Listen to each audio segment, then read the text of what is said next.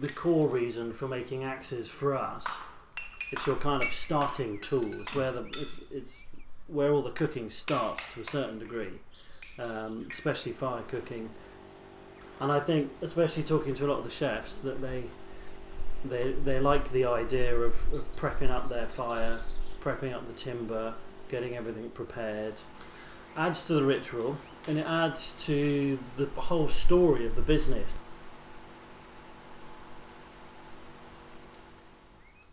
Now, that expression, the story of the business, is a bit overused these days, but it's kind of quite an accurate way to describe, to a certain extent, what we try to do. So we make a broad range of kitchenware, but in a sense, we're trying to take people all the way from the fire to the table.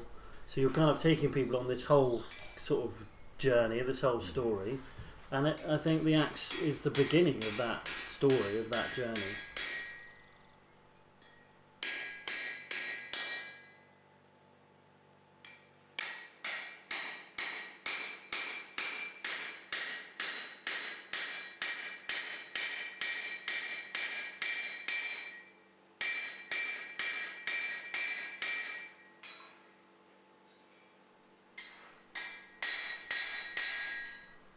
I think definitely I'll always make axes.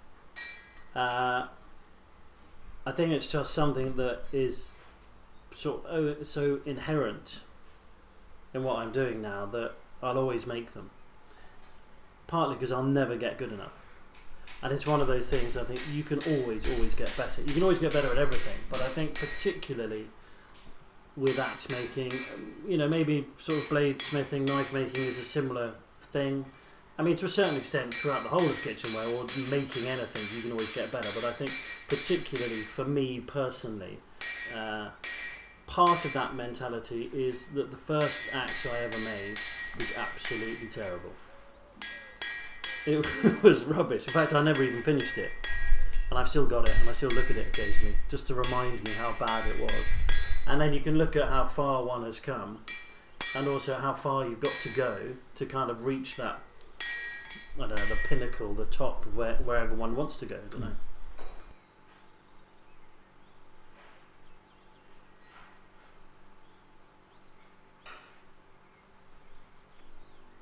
It's a passion that I have broader than just part of the business. I collect axes. I buy axes from other makers. I make axes. People give them to me. So the collecting is highly addictive. And it's also highly inspirational. So, I buy axes from other makers, or I'll buy them in a market or an antique shop or online. And each one gives you different little insights to how an axe is made, or how that particular style of axe is made. And then going on to making them, you're kind of, it's so inherently sort of embedded in my personality now.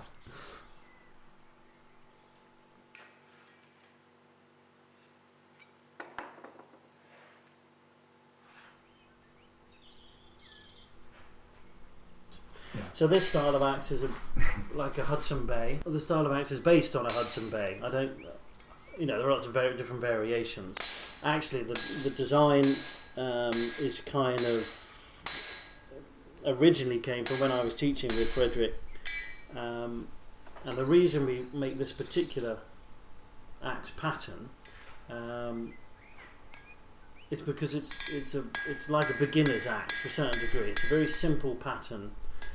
It's easier for a complete novice to be able to tackle something that we're teaching, like the small Hudson Bay. It's only £1 of steel for a start.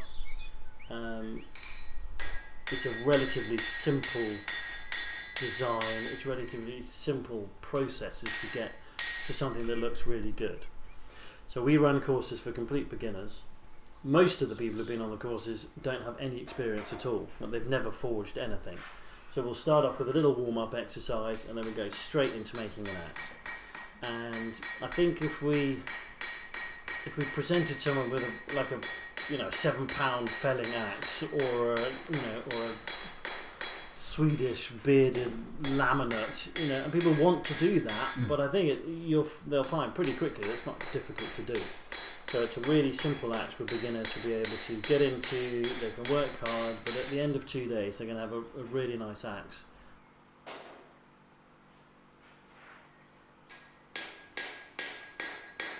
When you get to a certain stage in the forging, you're kind of thinking about, well, how are we going to spread the blade out? And so you kind of turn the hammer over and use the crosspeen, forging really aggressively from the back of the blade forward out towards the cutting edge, and basically create 3 grooves. But actually the spreading comes from when you turn back onto the flat face of the hammer. So the crosspeen creates these really nice deep ridges, very aggressive, but actually it spreads the steel when you go back with the flat side of the hammer, and it's pushing the ridges down, and then you'll see that the steel is spread much faster.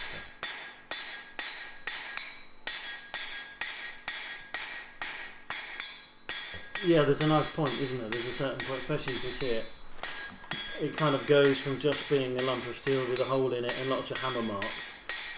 And even in the case of 2 or 3 heats later, it's gone from this kind of lumpy mess to something that suddenly looks really like an axe. And I think that's a really nice stage for us when we're teaching, to get that realization from the students. They suddenly see it, and they suddenly see what we're talking about.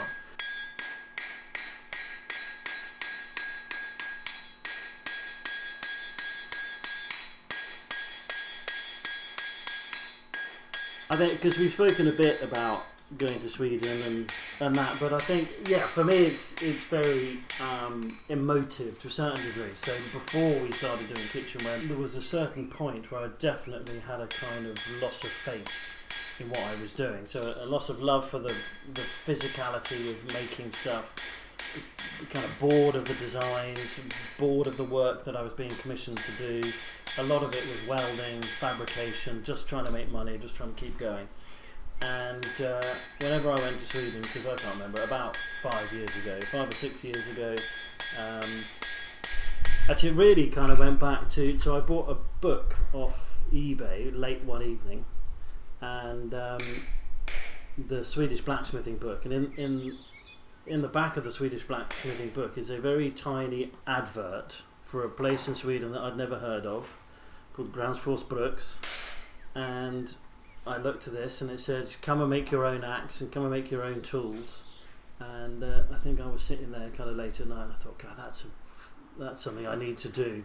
And it wasn't until a couple of years later that I had the money and the kind of confidence, in a sense, to do it, and the time. We had a new baby, so I didn't want to leave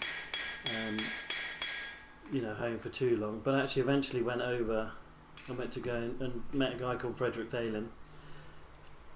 And it sounds a bit naff again to say, but it definitely changed my life. It changed the whole course of my career. And I think it changed the approach of how I was looking at the blacksmithing business and my business and how I was kind of relating to it.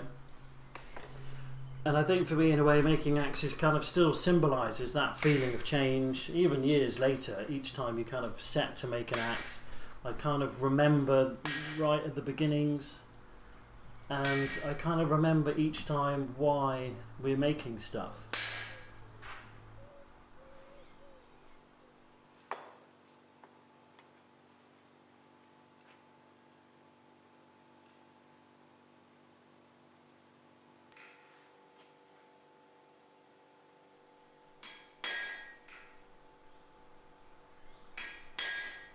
We forge everything to about 80%.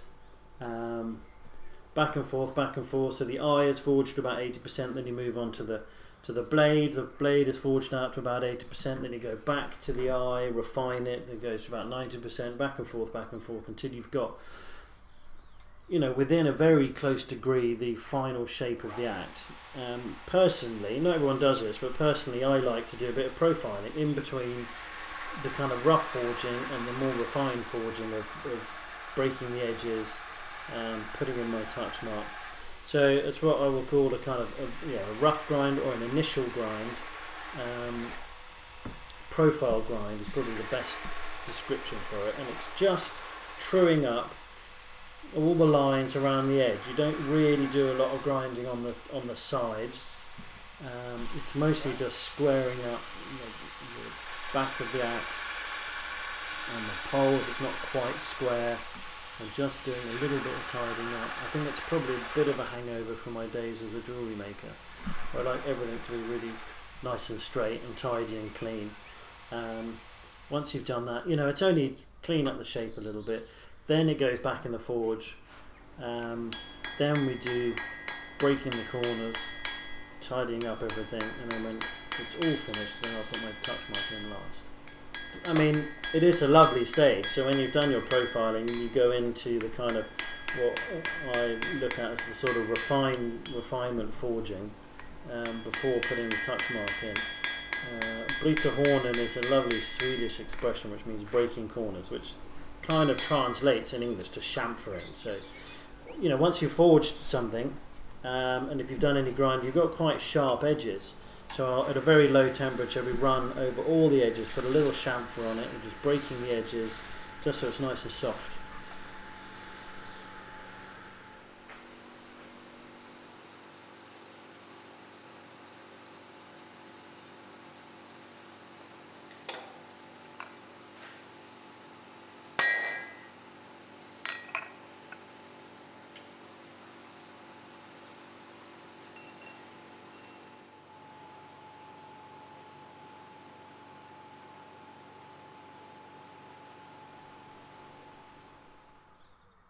So we heat treated this one in a very old school fashion, in the true blacksmith's fashion.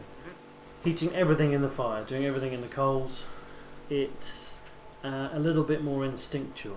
So we're not using thermometers to gauge the temperature, we're using the colour of the steel. So this one we heated up mostly just the cutting edge, the blade, judged it by colour, still quenched it in oil.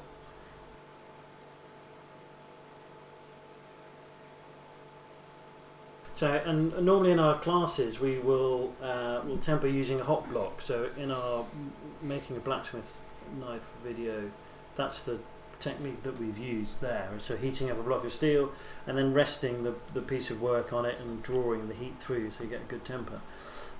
We didn't do that this time. We have actually put the eye and the pole back into the forge. And then drawn the heat using the residual heat left in the coals. So you sort of turn the forge right down, use the residual heat in the coals, and draw the temper up through the eye, through the bit of the axe, and then into the cutting edge, and then it's quenched as normal in cold water just to fix it.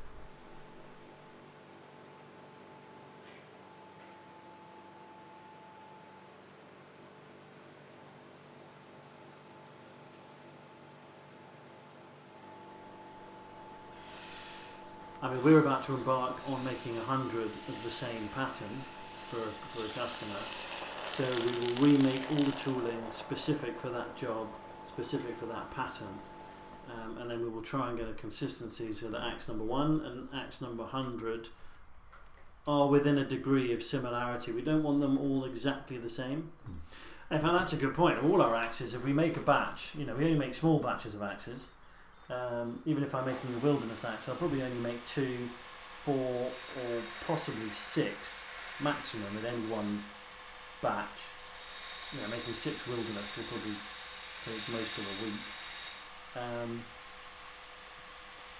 So it's the small batches, and you want them to look similar, but you don't actually want them to all be exactly the same, because otherwise you might as well have used a press or got them cast. So, we're not machines, we don't want to be machines, we try to kind of make each axe as individual as possible, so they look similar, but they all have their own character. And I think we're in a class, which was really interesting. We've got 8 people, 8 novices making axes. We'll make a demonstration one. Each demo one we make is always different from the last demo one, because that's just the way it is. And then you'll get 8 axes, where you lay them out, and they'll look like the same pattern, but they will all be completely different, and they'll all have individual sort of personality in them. And that's the exciting thing for us, is that you see that sort of personality coming through.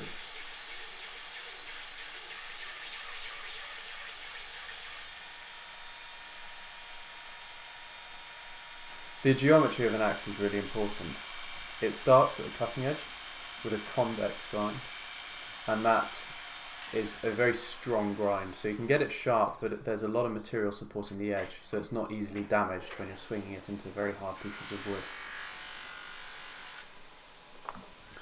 You then have quite a thin profile, and that allows that bit to cut, make that initial cut into your log and bite into the wood. Then as you get back towards the eye, it swells out.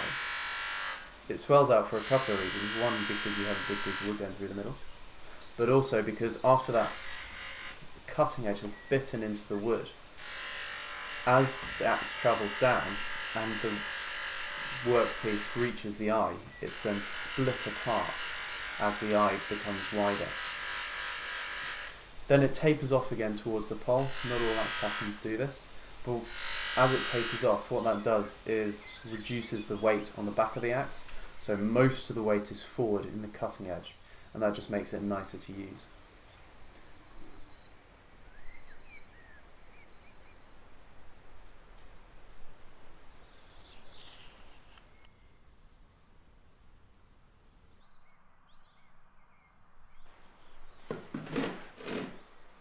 When it comes to the handle for an axe, we use English ash as far as we can, because ash is a timber that is very good at absorbing shock. So it's a very tough wood. In America, the traditional wood is hickory, and that's purely because they have more hickory than ash. And their hickory is more suitable to use than the ash species that they have there.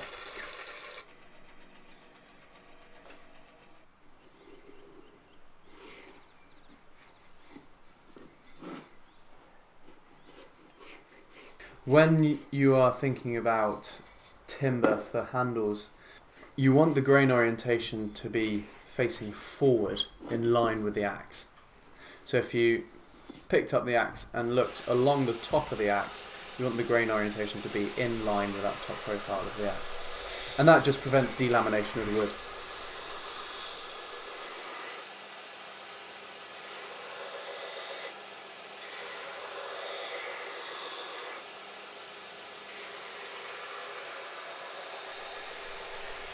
When we make the axes, we drift from both sides, and that creates this hourglass shape within the eye of the axe. The reason for that is that we want it to taper from the bottom up, because when we put a handle in, that will stop it sliding all the way down the handle, because the handle swells out and matches that taper inside.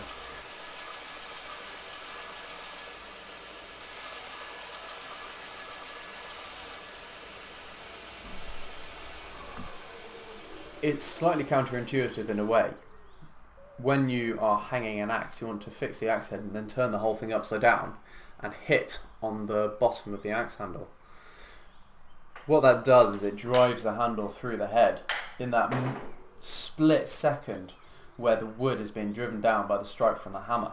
It takes that split second for the head to catch up and gain that downward momentum, and in that split second the wood is driven through the head.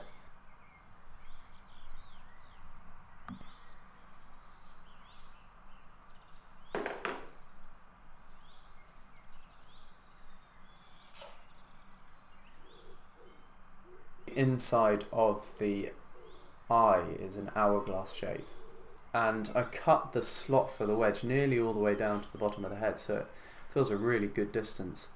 But for me, that's because the first centimetre or the first 2 centimetres of the wedge is very, very thin, so that it drives in really smoothly. If you make your wedge too fat, it will just bounce and fly out of the slot, and you won't be able to get it in. So you need a really nicely tapered wedge. So I cut my slot really quite far down and then fill that up with a wedge.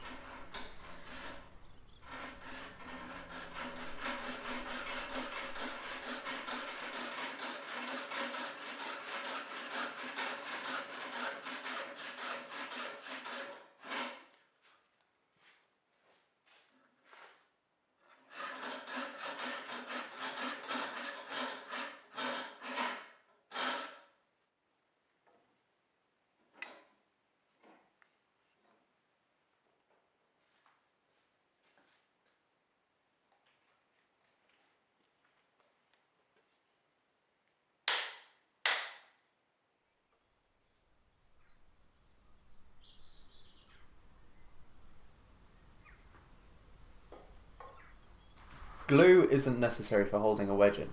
A lot of carving axes actually leave the wedge sticking out a long way so that you can take it out, take the head off, and it's easier to sharpen that way. For us, we use a bit of glue just for extra security. We don't know where the axes are going, we don't know how they're going to be treated, but we want to make them as bomb-proof as possible so that they can stand up to as much punishment as possible. That's why we use a little bit of glue when we're putting the wedge in, but the friction between the wood and the wedge is so great that it's not really necessary.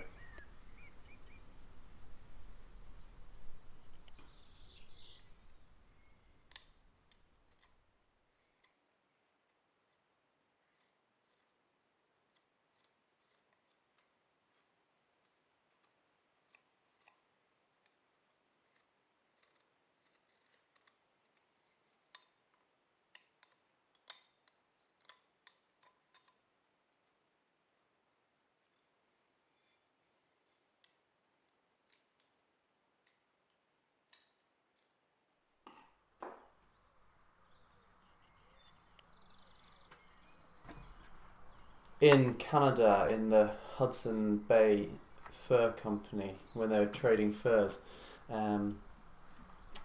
they would trade furs for things like axe heads, and this pattern that we've made is a Hudson Bay pattern. So they would have traded axe heads very similar to this, and they would have just taken the axe into the wilderness because it's a lot lighter, it's a lot less bulky, it's easier to carry. And then you arrive wherever you arrive, and you make a handle for it, and then you have an axe to use. Fire is so central to human life. Fire is what initially allowed humans to develop. It allowed us to cook food, it allowed us to protect ourselves from predators, it allowed us to break down very large pieces of wood, because you can split a tree in half by just burning through it. You can make canoes, you can do all sorts with wood, with fire.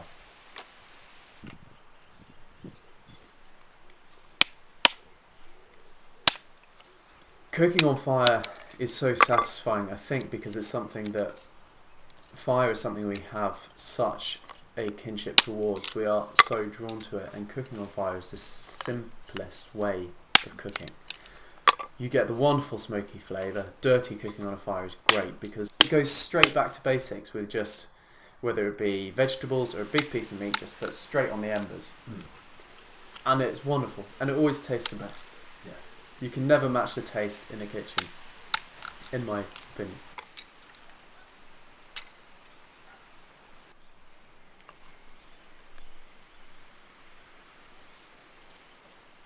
The trick with fire lighting is taking a very small amount of heat and turning it into a fire. And what the axe does is it bridges that gap, or it gives you the tool with which you can bridge the gap between the tiny source of ignition and your eventual fire. The process we used was breaking down timber from roundwood into splints. So you want to grade your fuel from very, very small, like matchstick thin, all the way up to your main fuel. And the axe is very versatile and is able to take the timber through all of those processes.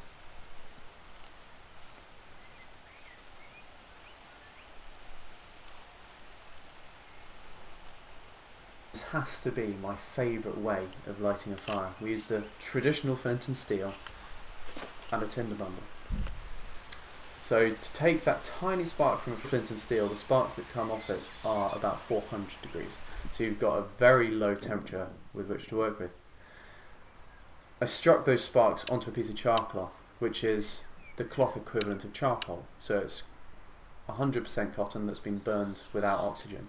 And because it's been charred, it lights very easily. So those 400 degree sparks land on the piece of char cloth, it starts glowing red, and it holds that spark very well. That char cloth then needs to be taken into a flame. We used some cattail seed head and some retted lime bark. By blowing on that, you add loads of oxygen from your breath coming out of your lungs, and that takes that coal surrounded by the fuel and takes it into a flame.